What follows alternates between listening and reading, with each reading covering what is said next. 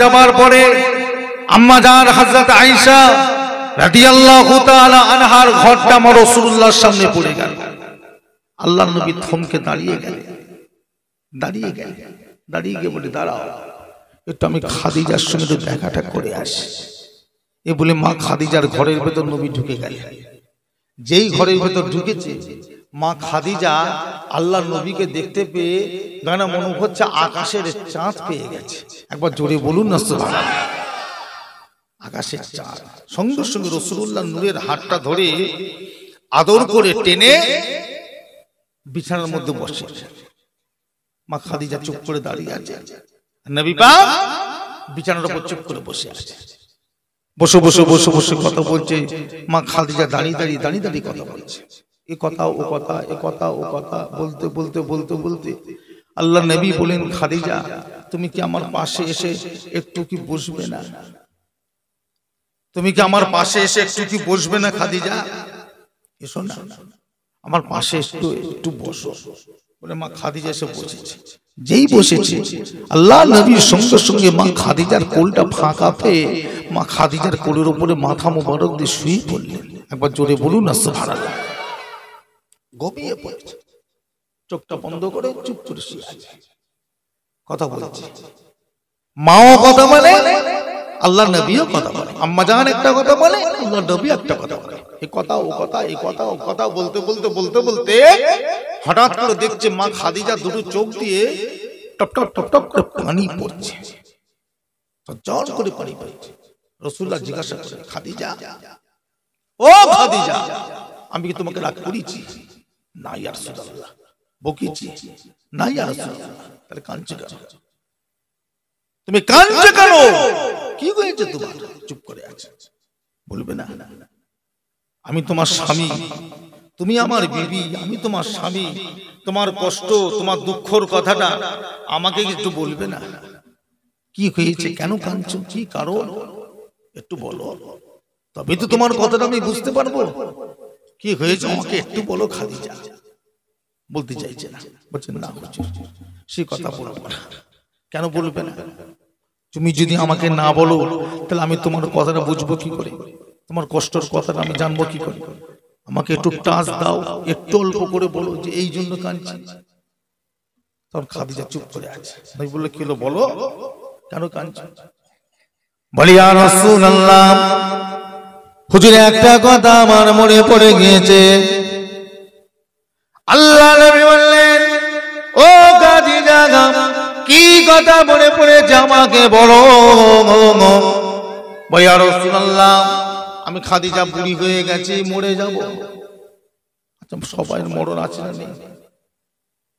সবাই মরবে না? মরবে না। খাদিজা বলছে, হুজুর আমি মরে যাব। মরে যাবে তো কি হয়েছে? বলছে, হুজুর আমার কবরে কি হবে? আমি মরে যাবার পরে আমার কবরে কি হবে? কেন খাদিজা, কেন? বলি ইয়া রাসূলুল্লাহ, আপনি বলেছে খাদিজা, মানুষ মরে যাওয়ার পরে যখন কবরে আসা হবে, সবাই যখন চলে যাবে, কবরের দুপাশের মাটিরা ওই মানুষটাকে টিপে ধরবে, মুলাকাত করবে।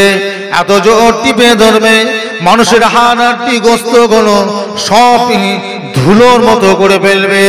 এইভাবে যদি টিপে ধরে, আমার শরীরে ক্ষমতা না, শরীরে আমার জোর নাই, কবরের চাপটাকে সহ্য করব। এই জন্য আমি খাদিজা বসে বসে বসে বসে কাঁদে। আল্লাহ নবী বলে, খাদিজা চিন্তা করো না, আমার আল্লাহ পাক তোমাকে হেফাজত করবে। জোরে বলো, কাঁদবে না, আল্লাহ পাক তোমাকে বাঁচাবে। তুমি কাঁদছো কেন? বলছি ইয়া রাসূলুল্লাহ, আল্লাহ বাঁচাবে আমি জানি, আমি বিশ্বাস করি, তবে আপনাকে একটা কথা বলবো। বলছে বলো।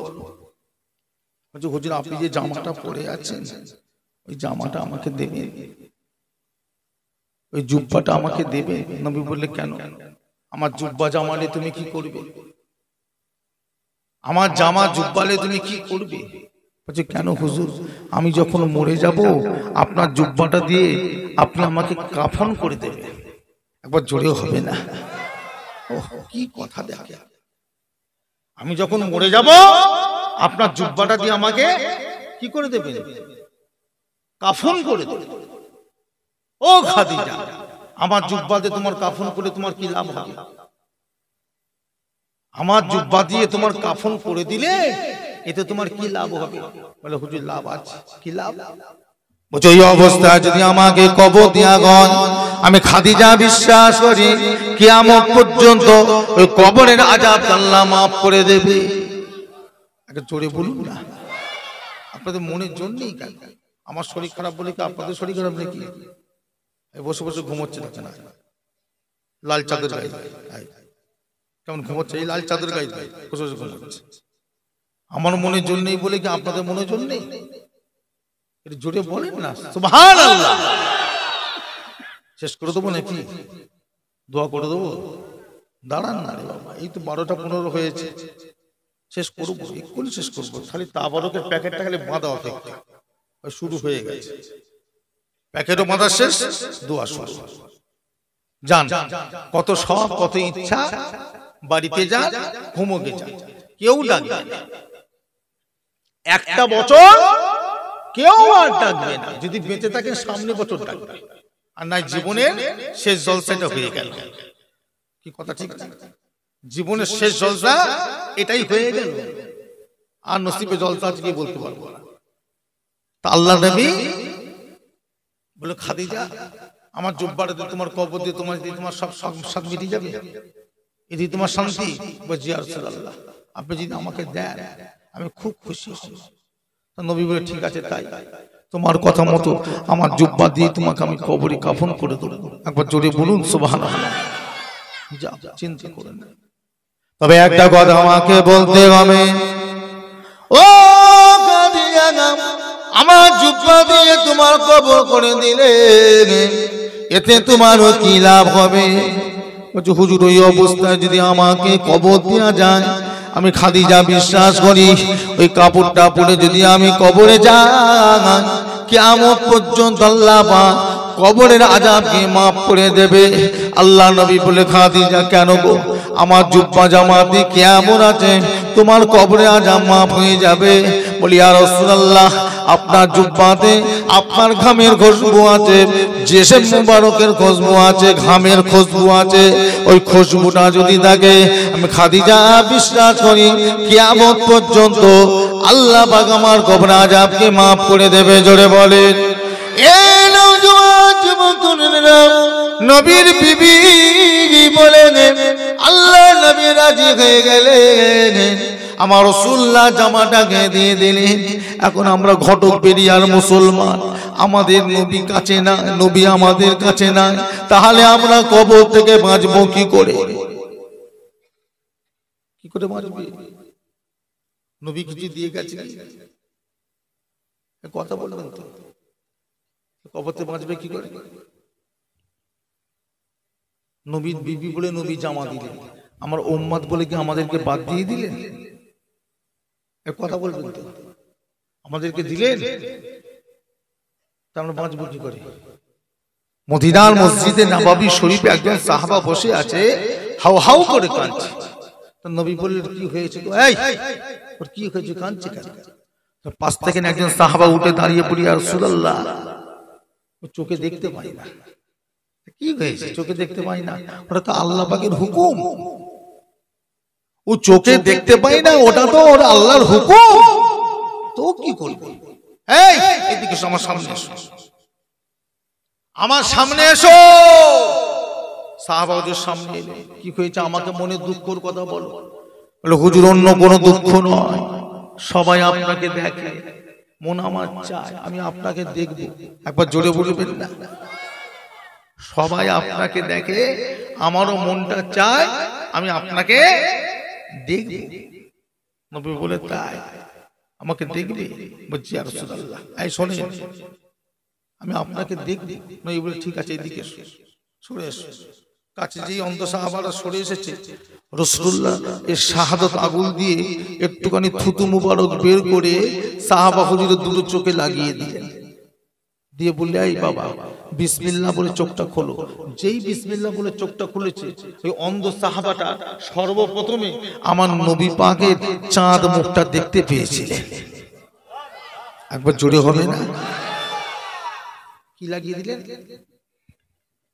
লালা মুবারক, থুতু মুবারক চোখে লাগিয়ে দিয়ে চোখ ভালো হয়ে গেছে। আর একদিন বসে বসে কাঁদছে। রাসূল জিজ্ঞাসা করলে ওর কি হয়েছে? এইদিকে এসো। পাশ থেকে একজন বলে হুজুর বাবা ও কথা বলতে পারে না, তাতে কি হয়েছে? এদিকে এসো। ও বাবা সাহাবা কি হয়েছে? মনে দুঃখের কথাটা আমাকে বলো। বুবা সাহাবাটা ইশারা করে দেখায়, ইয়া রাসূলুল্লাহ সবাই আপনার সাথে কথা বলে, মন আমার চায় আমি আপনার সঙ্গে একটু কথা বলবো, কিন্তু হুজুর আমি পারি না, আমার মন ইচ্ছা যায়। আল্লাহ নবীর পাশে খেজুর রাখা ছিল, একটা খেজুর তুলে নবী আমার খেজুরটাকে গালে দিচ্ছি বলে গাল থেকে বের করে ওই খেজুরটাকে সাহাবা হুজুরের গালে ভরে দিয়ে বললেন খেয়ে নাও। সাহাবা হুজুর খেয়ে নিলেন। আল্লাহ নবী বলে, বাবা সাহাবা, ও বাবা সাহাবা, বিসমিল্লাহ বলে আল্লাহর নামটা একবার নাও। ইশারা করে দেখালেন, বিসমিল্লাহ বলে আল্লাহর নামটা নাও। সাহাবা হুজুরকে যখন দেখালেন, ওই বুবা সাহাবাটা পরিষ্কার আমার আপনার নবীর সামনে সমস্ত সাহাবাদের সামনে আল্লাহ বলে চিৎকার করে উঠেছিলেন। জোরে বলো। কি খাওয়ালে? কি খাওয়ালে? যে থুতু মুবারক, খেজুরের সঙ্গে থুতু আছে না, খাইয়ে দিয়েছে পরিষ্কার। চিন্তা করে দেখে, এইভাবে আল্লাহ নবী এক একজনকে এক একটা নিয়ামত দিলেন। তাহলে আমাদের কি দিলেন? আমাদের কিছু তাই নাই।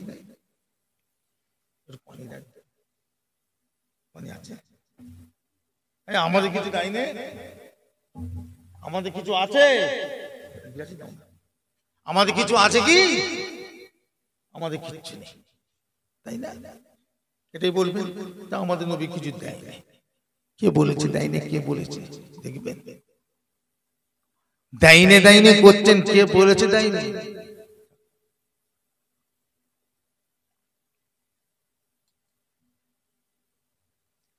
কে বলেছে দাইনে? নবী পাক সবাইকে দিয়েছে। আল্লাহ নবী কাবা শরীফটাকে 7 বার তওয়াফ করলেন। কাবা শরীফটা 7 বার তওয়াফ করে নবী পাক হেঁটে হেঁটে যাচ্ছেন। সাফা আল মারওয়া নাম শুনেছেন? দৌড়তে ভাই 7 বার ওই জায়গায় যাচ্ছে। এই যাওয়ার পথে মাঝখানে একটা কুয়া পড়ে, কুয়াটার নাম হচ্ছে আবে জমজমের কুয়া। তো রাসূলুল্লাহ কুয়াটার পাশে দাঁড়িয়ে একজনকে বললেন, বাবা এই আমাকে একটু পানি দাও তো, আমাকে একটু পানি দাও তো। তার সাহাবা হুজুর কি করলেন? একটু পানি নিয়ে নবীকে দিলেন। আল্লাহ নবী পানিটাকে নিয়ে নবী পাক কাবা শরীফের দিকে মুখ করে দাঁড়িয়ে 3 বার খেয়েছিলেন। একবার জোরে বলুন না সুবহানাল্লাহ। কবার খেলেন? 3 বার। এই দিন থেকে তাম বিশ্বের মুসলমানদের জন্য কাবা শরীফে আবে জমজমের পানিটা আল্লাহ দাঁড়িয়ে খাওয়া সুন্নত করে দিলেন। এই দিন থেকে পানি বসে খাওয়া যাবে না, সব পানি বসে খাওয়া যাবে কিন্তু ওই পানিটা বসে খাওয়া যাবে না, ওই পানি দাঁড়িয়ে খেতে হবে। নবী বলেছে আপনাকে তাই খেতে হবে, নবী করেছে আপনাকে করতে হবে। আল্লাহ নবী 3 বার পানিটা খেলেন, খেয়ে কিছুটা পানি বেঁচে গেছে। সাহাবাকে দিয়ে বলে, যাও এই পানিটাকে নিয়ে গিয়ে ওই কুয়ার মধ্যে ঢেলে দাও। সাহাবা হুজুর পানিটাকে নিয়ে গিয়ে কুয়ার মধ্যে ঢেলে দিয়ে চিন্তা করছে, আল্লাহ নবীর এঁটো পানি ঝুটো পানিটা কুয়ায় ঢাললেন কেন? নবী পাকের এঁটো পানি ঝুটো পানিটা কুয়ায় ঢাললেন কারণটা কি ব্যাপার? জিজ্ঞাসা মনে মনে নবীকে বলি, ইয়া রাসূলুল্লাহ আপনি এঁটো পানি ঝুটো পানিটাকে আপনি কুয়ায় ফেলে দিলেন কেন? আল্লাহ নবী মুচকে মুচকে হাসতে বলছে, বাবা জানো না আমি তো চলে যাব, আমার উম্মতরা আমার কাছে আসবে, আমাকে পাবে না। তাদেরকে বলে দিও আবে জমজমের পানিটা যে খাবে সে যেন মনে করে আমি রাসূলুল্লাহর এঁটো ঝুটো পানি খাচ্ছি। আবার জোরে হবে না? ওই পানিতে নবী পাকের লালা মুবারক লেগে আছে। ওই জন্য আবে জমজমের পানিকে বলা হয় 1000 বিমার কি শিফা। কি বলা হয়? 1000 বিমার কি শিফা। 1000 রোগের ঔষধ ওই পানিতে দেওয়া আছে, আল্লাহ দিয়ে রেখেছে। কথা বুঝছেন? তা আমাদের উপকারটা কি করে? আমরা কবর থেকে বাঁচবো কি করে? এটাই তো আমি জানতে চাইছি, অন্য কিছু নাই। আমরা তো এটি জানতে চাইছি যে আমরা কবরে বাঁচবো কি করে, কি পেলাম? ও ভাইয়েরা, আল্লাহ নবী দিন দুনিয়া বাদশাহ নবী আমার যে পদ্ধতি শিখিয়ে দিয়েছে সাহাবায়ে কেরামেরা ওই করেছে, তাবিঈন না তাই করেছেন, তাবিঈন না তাই করেছে, আমরা বর্তমান তাই করছি। আল্লাহর হাজী বান্দারা যখন হজে যায় দু টুকরো কাপড় নিয়ে যায়, এক টুকরো কাপড় পরে আর একটা গায়ে দেয়। হজ হয়ে গেলে কাপড়টা কি করে, আবে জমজমের পানিতে ভালো করে ধুয়ে এনে বাড়িতে এনে রেখে দেয়। ছেলে মেয়ে বিবি বাচ্চাকে বলে আমি যখন মারা যাব এই কাপড়টা আমাকে কাফন করে কবর দিয়ে দেবে। কেন এমন কথা বলে শুনে রেখে দেন। আম্মা জান খাদিজা বলি ইয়া রাসূলুল্লাহ ইয়া হাবিবাল্লাহ, হুজুর আপনার জিসমের খুশবু যদি আমার কাফনে থাকে কিয়ামত পর্যন্ত আমার কবরে আযাব মাফ হয়ে যাবে। তা হাজী সাহেবদের মনে বিশ্বাস যে ওই পানিতে রাসূলুল্লাহ লালা মুবারকের খুশবু আছে, আমার নবী পাকের লালা মুবারকের খুশবু আছে। কাপড়টা যদি পানিতে ধুয়ে যদি কাফন করে কবরে যাওয়া যায়, আল্লাহ পাক আমার নবী পাকের লালা মুবারকের ওসিলা করে আমারও কবরের আযাব আল্লাহ কিয়ামত পর্যন্ত মাফ করে দেবে। একবার জোরে হবে না? না নেই দেখবে, না নেই দেখবে। দুরূদ শুনি আল্লাহুম্মা সাল্লি আলা। আব্বা কিয়াম করে কালেকশন করতে হবে, সাড়ে বড় বড় অনেকটা কালেকশন করতে হবে। সালামটা তুই পড়াবি? আচ্ছা দেখি একবার আমি। আল্লাহুম্মা সাল্লি আলা